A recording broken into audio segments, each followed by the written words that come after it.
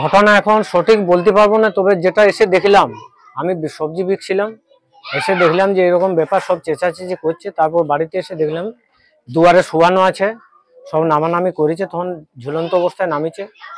একবারে যে আসমানে ঝুলিছে তা নয়, একটু ফাঁকা ছিল, তার মধ্যে সঙ্গে সঙ্গে বেত মনে হয়েছিল। উনি কি করতেন আগে? আগে তো দোক্তা কারখানায় কাজ করতেন। কি নাম ওনার? চতুর রায়। ওনার স্ত্রীর নাম? আন্না রায়। আচ্ছা, উনি কিভাবে সংসার চালাতেন? সংসার চালানোর খুব অর্থক সংকটের মধ্যে, টাকা পয়সা ধরুন যেটা আপনার আমাদের পেনশন দোক্তা কারখানায় 1000 টাকা পেতেন, আর হয়তো তারপর আমাদের যে বিধবা, এই বৃদ্ধ ভাতা 1000, মনে হয় 2000 টাকা মান্থলি ইনকাম। আর স্ত্রীর সংসার চালাতে পারতো না? পারতো না, সে তো দেখছি চোখে। কি হয়েছিল ওনার শরীরে? ধরুন প্রেশার, সুগার প্লাস নিউরোর প্রবলেম। চিকিৎসা চলছিল? চিকিৎসা চলছিল হসপিটালে। ডাক্তার দেখাতে পারছিল? ডাক্তার দেখানো না, না ওষুধ কেনার পয়সা নেই। সেটা বলবো কেন? ওষুধ কেনার পয়সা নেই? না। তাহলে কি আপনাকে মনে হয় যে অভাবের তাড়নাতেই মৃত্যু? অভাবের তাড়নায়, তাছাড়া মানসিক একটু ইয়া ছিল, তার ডকুমেন্ট আপনাদেরকে দেখালেন। অভাব ছিল না বাড়িতে? অভাব তো অবশ্যই ছিল। আপনারা কিভাবে সাহায্য করতেন? আমরা যতটুকু হয়তো কোনোদিন বললো, এটা একবারে যে সাহায্য করতে পারবো তা তো নয়, আমরাও সেরকম কাজ বাজ করে নি। এই পাড়ায় যারা থাকে তারা কিভাবে সংসার চালায়? আমার ধরুন সুপারি কাটে, কেউ সুপারি কাটাই বেশি, কেউ লেবারের কাজ করে, আমরা সব লেবার। আমাদের কেউ প্যান্ডেলে কাজ করে, হয়তো প্যান্ডেলের কাজ একদিন থাকলেও 10 দিন নাই, সেরকম পাওয়া যায়। কাজ খুব কম তো এখন। এনার পরিবারে একদম রোজগার বাজে কিছু ছিল না? এখন রোজগার কিছু না। স্ত্রী সুপারি কাটে 600 হয়তো মান্থলি পেল। অভাবের মধ্যে দিয়ে একবারে খুব অভাব। আপনারা বুঝতে পেরেছিলেন এইভাবে মারা যাবে বলে? না, কি করে বুঝবো ওটা। আচ্ছা, ওনার কি চিকিৎসা হচ্ছিল? চিকিৎসা হসপিটালে হচ্ছিল। সংসার চালাতে পারতেন? না, সেরকম চালাতে পারেন। সংসার চালাতে পারতেন না? কি কাজ করতেন উনি? তাই তো এখন তো অবসরপ্রাপ্ত, 15 বছর ধরে রিটায়ার হয়েছে। কিসে কাজ করতেন? দোক্তা কারখানায়। দোক্তা কারখানায় কাজ করতেন? কি নাম ওনার? চতুর রায়। বাড়িতে কে কে আছেন? বাড়িতে ওনার স্ত্রী শুধু, আর পাড়া পড়ছে।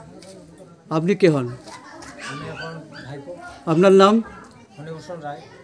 খুব অভাবে চলতো কি সংসার? সংসার ওখানে অভাবে সবাই যায়, সুপারি কাটা সব চলে। না, বলছি এই চতুরবাবুর সংসার কি অভাবে চলতো? খুব অভাব। মোটামুটি ধরুন 600 টাকা। তাহলে আপনার কি মনে হয় যে অভাবের তাড়নাতেই ওনার এইভাবে মৃত্যু?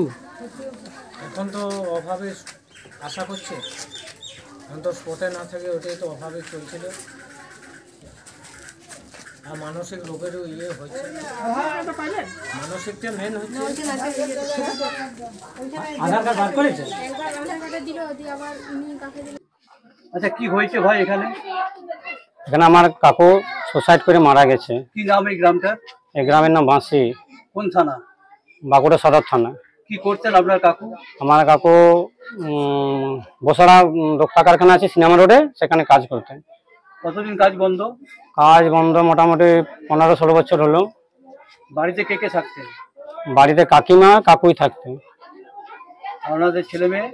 ওদের 3 মেয়ে, 3 মেয়ের বিয়ে হয়েছে দূরে দূরে, ওই কমলপুর সাইডে আর সালতোড়া সাইডে, শুশুনিয়াতে। তাহলে কিভাবে সংসার চলতো ওদের? সংসার চলতো মানে কাকু 1000 টাকা পেনশন পেত, আর ওই কাকিমা সুপারি টুপারি কেটে 1000 টাকা পেত, 2000 টাকা মোট তাদের আয় ছিল।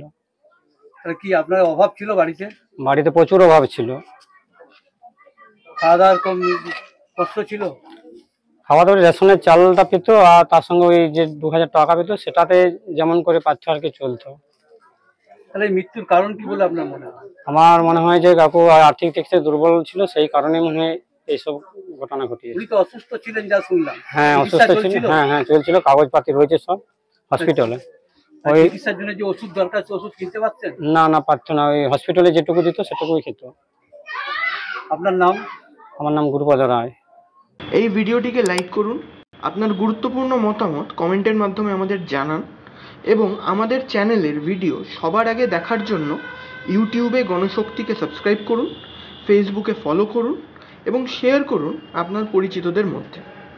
আমাদের চ্যানেলে আপলোড হওয়া ভিডিও নোটিফিকেশন পেতে বেল আইকনটি ক্লিক করতে ভুলবেন না।